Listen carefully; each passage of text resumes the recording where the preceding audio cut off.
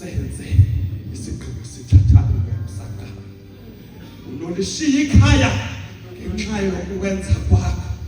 Unyana welahleko when literally he could have ate with ingqamze yakho. When the message is delayed, uthi ndiye ndingayi na. Can I relocate again? Sisabeke nyama. Phendwe icenge kwaya ngoba sizawuthandaza.